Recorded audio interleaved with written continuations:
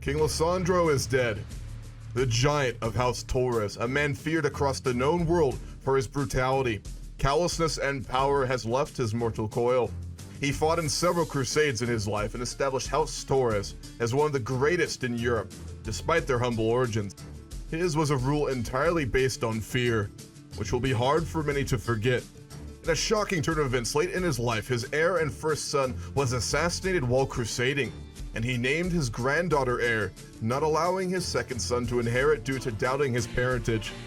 This would later be confirmed, and Kipriana de Torres has inherited. A woman of capable skills and a sharp mind, she has wedded Prince of Brittany and lives a happy life with just rule. However, her days and nights are plagued with stress and paranoia as the blood feud between House Torres and the French royal family continues. House Bourogne are thought to have killed her father and the firstborn of the king, and she plots her revenge. The queen has promised herself that she will not rest until the family of her father's killers are wiped out entirely, showing the darkness that is always in the hearts of those who bear her name. This is the 16th episode of a mega campaign on the last portion of CK3 that will go from EU4, Victoria 3, Hearts of Iron, and Still Lars. Leave a like and subscribe if you enjoy. I also stream all sessions Sunday mornings at 10 p.m. EST on Twitch. Let's get going. We'll get our Chancellor to work on domestic affairs. We really need that. Let's work on rebuilding control in Lagudoro and then our other holdings with our Marshal. Our Archbishop will get to convert the islands of Minorca, then the other islands of Ibiza, and then we'll convert Valencia. Our Spy Master will keep to disrupt schemes, given, obviously, the French are scheming against us, and we do have to worry about that. Wonderful. Kipriana is pregnant. We can actually get hopefully a goddamn heir, because our inheritance is very insecure right now. That's fucking huge. Also, look inside the HRE for a moment. This is actually pretty wild. I didn't notice this. Lestrangia is huge. Frisia. Lombardy has grown to be huge. Bohemia is basically in like EU4 already, like EU4 size. We inherited the titles in Corsica. Ayasio has gone to us.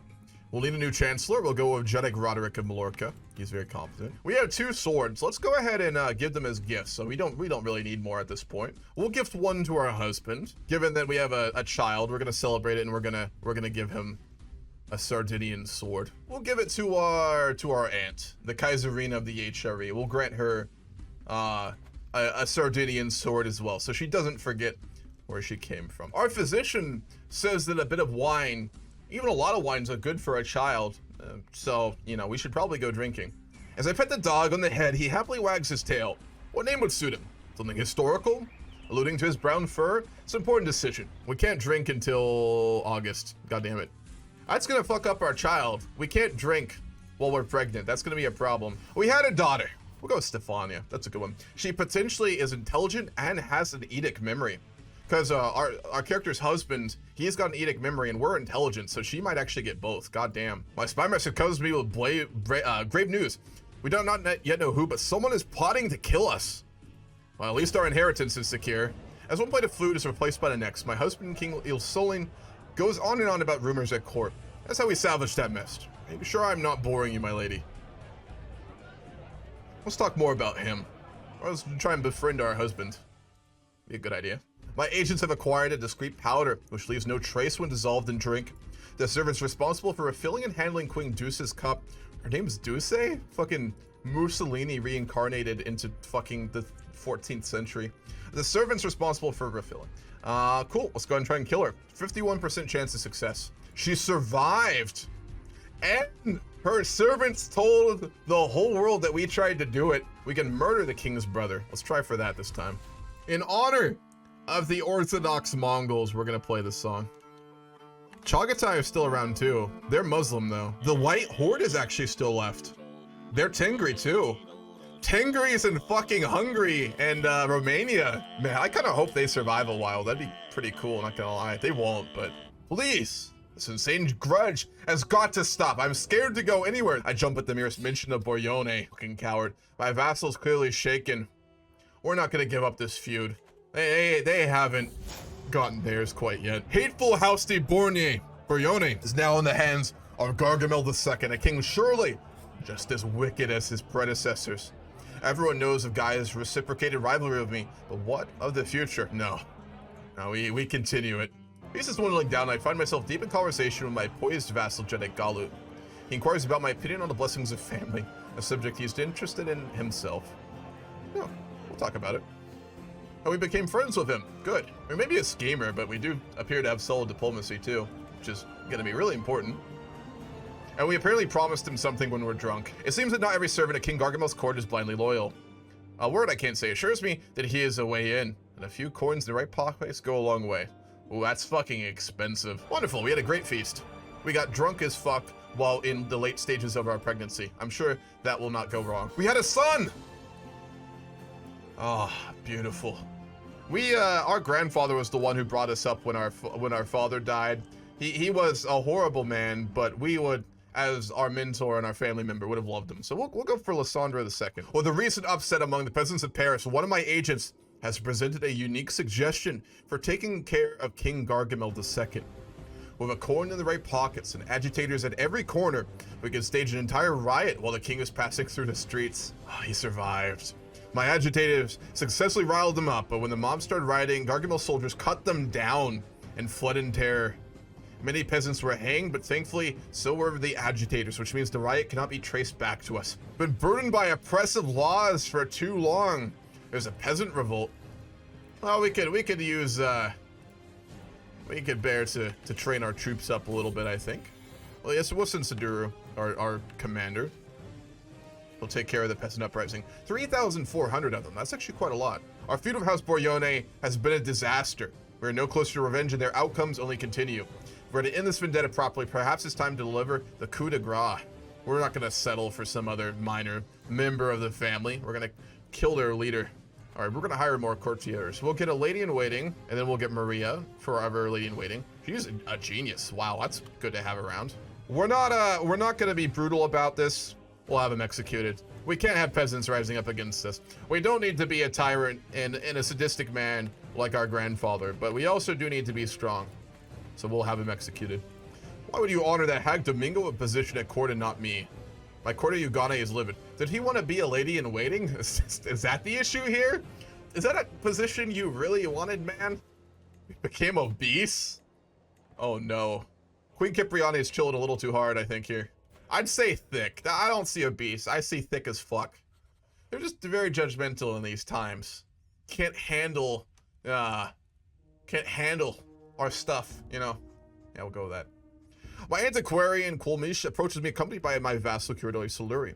My lady, it has been brought to my attention that your farmer's billhook is in terrible conditions. Despite my best efforts, I can't do anything more to preserve it without adequate funding. That was handmade by our grandfather. It's the weapon he carried into battle. It's a very simple farmer's weapon. Despite being an arrogant man, he always carried it into battle, so we'll have it rebuilt. It's an important relic of our family. Not as prestigious or as famed or as beautiful as many of our artifacts, but it's got a lot of tradition and history in it. Tries not to say the queen has a fat booty. She got a big ol' ass. I'll say it. She got a big fat ass. She thick as fuck. Those thighs could suffocate someone very easily. Is that what you want to hear, Truckoneer? We all know what it is. The time has come. My agents are in place. One of them will pay the assassin the very night the deed will happen. Another will ensure the walls are unguarded. The third will leave a subtle trail of candles. That's a lot of moving parts. I don't like that. We're gonna give it another shot, though. We killed him! The assassin performed spectacularly. King Gargamel II is dead. That's one less Bourogne to worry about. The son of the man who killed our father is dead. Our rival, our nemesis. Another blow given to our rivalry with that pitiful family. All right, who's the new leader of France? King Gulim. He's depressed and an alcoholic. He's also crazy. It might be actually worth just letting him rule France. He might do more harm than good for his family. We'll kill his wife to drive him crazy. How about that? The easing of tensions, if that is possible, between myself and King Galima seem to confirm he has abandoned his vendetta against House Torres. They're saying uncle. The French are calling uncle, but we don't give a shit. Their actions are not forgiven. We cannot forgive their actions. It's hard to believe, but I would be glad to be freed of the worries regarding the Bourogne threat. No. No, no, no, no. To quote a great man, We're done when I say we're done. We're just gonna keep killing those bastards until someone else is in charge in France. We're gonna try and commission a crown. I really want us to get a not garbage crown. I've studied Sardinian vulgar language for many moons. I personally penned this missive under Sardinian script, a letter of friendship from a speaker of Berber. Again, we're not a zealot. Many of our ancestors have been very zealous. Our family is known for being very anti-heathen, we'll go with that, but we're not. So, we'll send our regards. Vengeance is far from being served on House Bourogne. Since our feud began, there have been fewer outrages by King Guillaume and his clutch of vipers. Sometimes I wonder if I have underestimated our enemies, and it would not be better to cut our losses. No, we can't forget what they did to our family, to our father. I've noticed your interest in the arts of subterfuge, my lady. I might be able to help you to learn even more. Duchess Eusebia smiles calmly. She taught our grandfather, actually, and she is very fucking competent, so yeah, she's gonna mentor us. A peasant steps forward, carrying a petition. My liege, I come to you as representatives of Andalusia Baradas of the Curadora Requena. Our plea to see an important monument of our culture restored was ignored by the Curadora.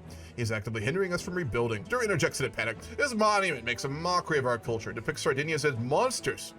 Clearly you can see why I would oppose the restoration of a hateful monument. Yeah, you're not gonna fucking build that if you're talking shit on the Sardinians. We had another son. Wonderful. Dedicated to King Kipriana's victory over the brash Hernot Hug. That was the peasant leader, who we executed, I think. Though conflict brings wrath to all someday, 'tis this woman's sword that holds death at bay. So let none challenge her bold intent, lest they discover where the last challenger went. That's actually not bad. That's solid. Hell yeah. We became best friends with Jade Galu. He is intelligent, fecund, and very inbred. I never expected I would grow close to Count Zarb as I have done in the past few years. On multiple occasions, he has proven himself to be a reliable and forthright man, with only my best interest at heart. We're actually making a lot of friends. House Torres leaders don't do that. This is so weird. Why, Spymaster Jedek Unuradu approaches me with a wicked grin. My lady, the pouch contains a powder most nefarious. A sprinkle on top of some things, a gift for Aubrey, it leaves no trace that will afflict whoever touches it with weakness and ill humors. It's expensive, but you can't put a price on a dead member of House Bourogne.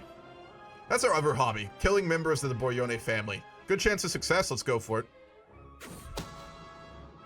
We killed him! We succeeded! When we're done with their family, there will be none left. Oh, he became fat. See, this is obese. This is obese-ish. Well, kind of. Overweight, we'll go with that. This is thick. We've got a member of his family is a leader of a mercenary company. He definitely needs to go. And we're pregnant, so we have to drink, of course. Again, it helps your child out if you drink. That's a well-known scientific fact. The twists and turns of fate have not always been my advantage. God knows I've cursed the day I met Quilm. He died. Wonderful. He drank himself to death. Like our grandfather. Nice. That's poetic irony there. Alright, we have a new king. Oh, he's 2 years old. There's plenty more adult members of the family to murder, though, so we're fine. Let's just find someone else. We'll kill the Count Francois instead. And he's dead! We killed the captain of the Iron Arms Company, a member of House... I thought he was a member of House Capone. No, he's Capet. Alright, we're gonna try and kill another Count of House Bourogne. Let's do it. We killed him! Everyone knows we did it, but we're already well known to be a murderer. Yeah, we successfully killed another member of his house. Beautiful! We're down to 36 members. Who else have we got here? Another Count? This woman is literally just like ruling, getting drunk, and getting screwed by her husband all the time. She's the first member of our dynasty who's actually living a good life, like goddamn. We finally got a good ruler who's having a good time. Like, we're killing all the members of our rival dynasty, we're getting revenge on revenge for our family, and we're just fucking chilling. We all know our dynasty members can go real bad or real quick, so we just have to hope that the madness doesn't come out again. We'll introduce a new fashion at court. Given that our queen is so fucking thick, and she's got so much junk in the trunk, we're gonna institute a new fashion of more loose-fitting clothing that can handle the thickness. See if it takes on. I strode around my court, proud to my bold fashion-forward statement. My new sleeveless garments are for all to see.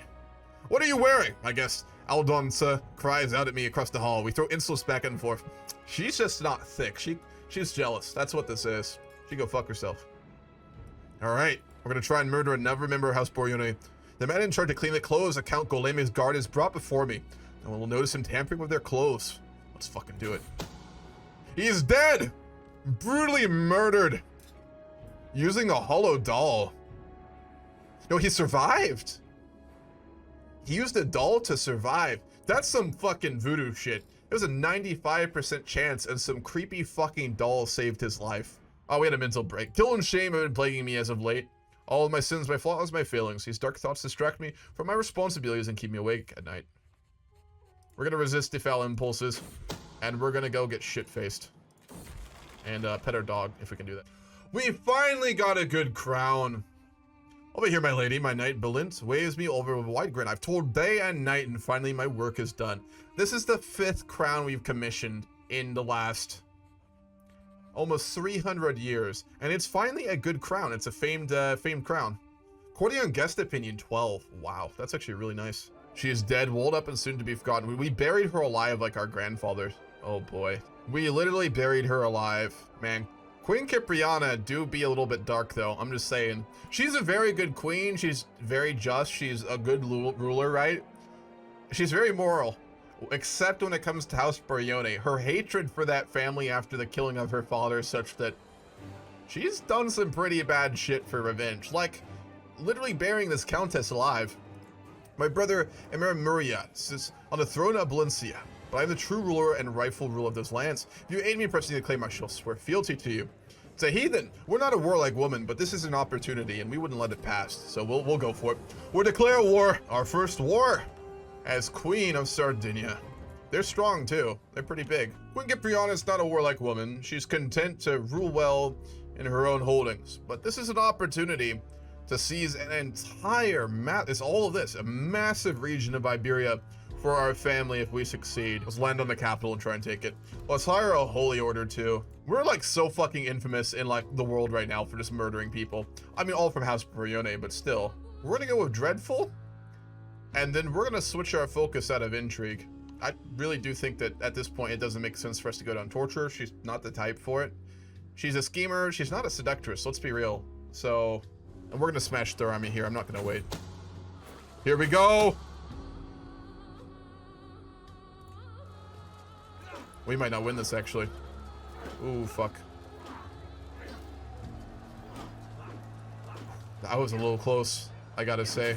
We're gonna win it, though. Beautiful. That was a little close, but in the end, we defeated the heathen's armies. Let us change our focus. We had another son. Jesus Christ. We do be having so many goddamn kids. We have 6 children already. Yeah, we're fabled. Holy shit, we're actually fabled now. We might actually get legendary this game. As we pass into Prince Ippolita's lands, we are met by a knight and his entourage. Prince Ippolita bids you welcome, my queen. You're more than welcome to stay in these lands as long as you require. Blood is thick. Almost as thick as our queen. Man, these walls are big. We do need to actually get bombards. We'll do that when we're not broke. It looks like to be a quiet robe, but that is what makes it so good for an ambush, is it not? The bandits come rushing. Oh no, rushing forth from the hill. Arrows and orders suddenly filling the air. Oh, we murdered them all. Whoa. Hills, valleys, plains, lakes, highways, and forest paths. I have seen it all in Prince Ippolita's realm, and my cartographers have been eagerly making notes and cool sketches of every new site. The level of detail my cartographers have achieved with these maps is astounding. Not a single pathway seems to have gone unnoticed. We got a stewardship perk. Nice. Reclamation of Granada. Duke Zachariah of Isbalia has declared a war upon us. He's underneath King Roderick, our own kin. Oh boy, we're in really bad debt right now. We're fighting 2 wars now. I'm gonna call all of our allies. Please tell me we can get a holy order. We really do need one. Let's try and murder another member of Bourogne. And she's dead. How many do we have left? Too many. 30 left. I'm literally just gonna go down this list. We got a hit list. She's basically Arya Stark from Game of Thrones. She's got her list of people she's gonna murder, and she'll be damned if she doesn't do it. Another one dead. Good. Oh man, we are going through them. 27 left. Being a member of House Bourogne though, like RP and our hatred of them aside, can you imagine being a member of this family, having a feud with like this Sardinian minor noble family that just gets ridiculously powerful, and watching as every single one of your relatives are methodically murdered? Just like waiting every day for the assassin to show up to kill you. To be fair though, our grandfather instilled a level of dread for our family that is ridiculous. And although we are like not known for being evil per se, we're gonna really reinforce that. I think most dynasties would be fucking terrified of us at this point. Like, our old king ruled by, like, dread, impalement, and mass murder, and our current queen has literally almost completely destroyed a bloodline, a noble bloodline. Descended from Charlemagne, too, mind you. Like, they are descended from Charlemagne, and we're killing every single one of them. We had fucking twins! Jesus fuck, we've had so many kids. She's a really interesting character, too. That's why I love mega campaigns, man. Every character you get is more interesting as the story just gets more and more deep. It's so fucking good. I am looking forward to going to EU4, but I'm really gonna miss the CK3 vibes from mega campaigns. Well, I mean, I'm gonna continuously do mega campaigns. When I'm done with this one, I'll start a new one. We need to get them in a battle here. Oh no, we just got sick? Oh, come on. Alright, disease symptoms have been lessened, good. This is not our time, goddamn. We have too many members of House Bourogne to kill right now. We cannot die until we have succeeded with our ultimate revenge. We need to get a decisive battle. We're gonna head to Granada. We've got a lot of troops on. No, we don't actually. Jesus fuck. We need Castile. Currently, we are engaged in 2 wars in Iberia, which are actually looking to be quite challenging. So we'll have to do well. Before next session, I'll also do the edits. So HRE will only really be in Germany and the Lowlands and in Denmark when we come back. So I hope you all have been enjoying the Grand Campaign as much as I have, because my God, this is, I think, going to be my favorite Grand Campaign.